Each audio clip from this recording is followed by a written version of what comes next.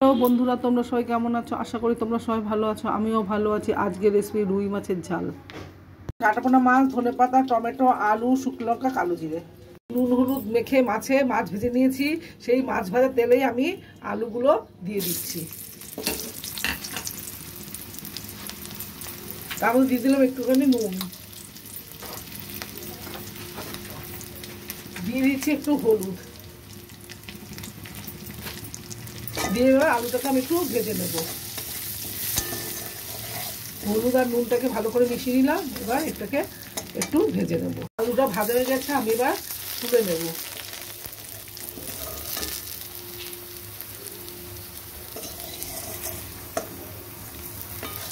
আমি খুব কড়া করে আলু ভাজিনি, হালকাই ভেজেছি। আলু ভাজা তেলেই লঙ্কা দুটো ফোড়ন দিয়ে দিলাম। লঙ্কা দুটোকে একটু ভেজে নেব।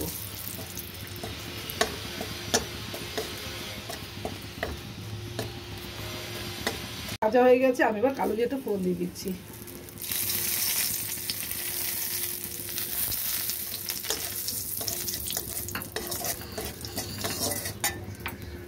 এবার টমেটোটা দিয়ে দিলাম। টমেটোটা আমি একটু হালকা সেদ্ধ করে নিয়েছিলাম। সেদ্ধ করা টমেটো সেটা আমি দিয়ে দিলাম। টমেটোটা সেদ্ধ করে দিলাম।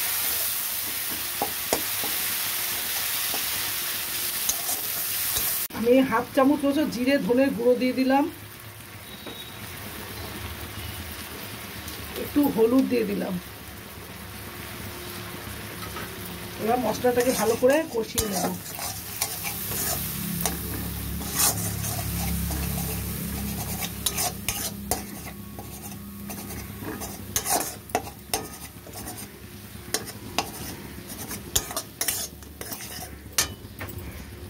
আমি স্বাদ মতো নুন দিয়ে দিচ্ছি। আপনারা আপনাদের স্বাদ মতো নুন দিয়ে দেবেন। লঙ্কাও দিয়ে দিচ্ছি। লঙ্কাটাও আপনাদের স্বাদ অনুযায়ী, ঝাল অনুযায়ী দিয়ে দেবেন। আপনারা যে যেরকম ঝাল এবার নুন খাবেন তারা সেই রকম দিয়ে নেবেন। আমরা খুব একটা বেশি ঝাল খাই না, তাই আমি অল্প ঝাল দিই।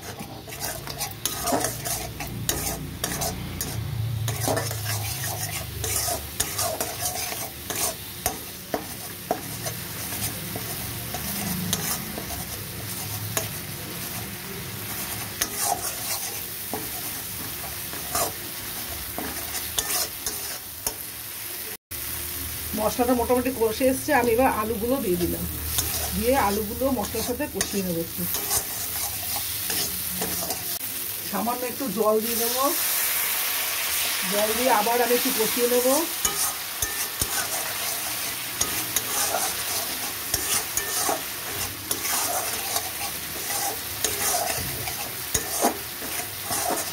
আমার মশলাটা কষে এসছে, তেল ছেড়ে দিয়েছে। এবার আমি জল দিয়ে দেবো।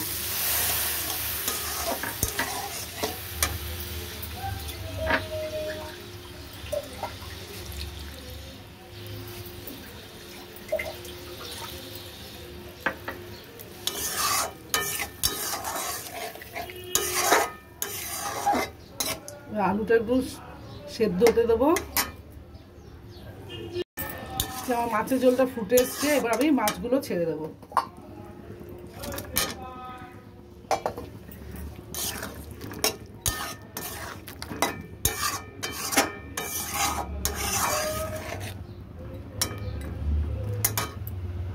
আমার মাছটা হয়ে গেছে, আলুও সেদ্ধ হয়ে গেছে। আমি এবার ধনেপাতাটা দিয়ে দেবো।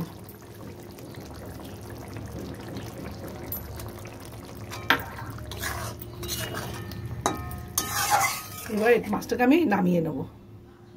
রুই মাছের ঝাল এটা আপনারা বাড়িতে রান্না করে খেয়ে দেখবেন এবং কমেন্ট করে জানাবেন যে কেমন হয়েছে।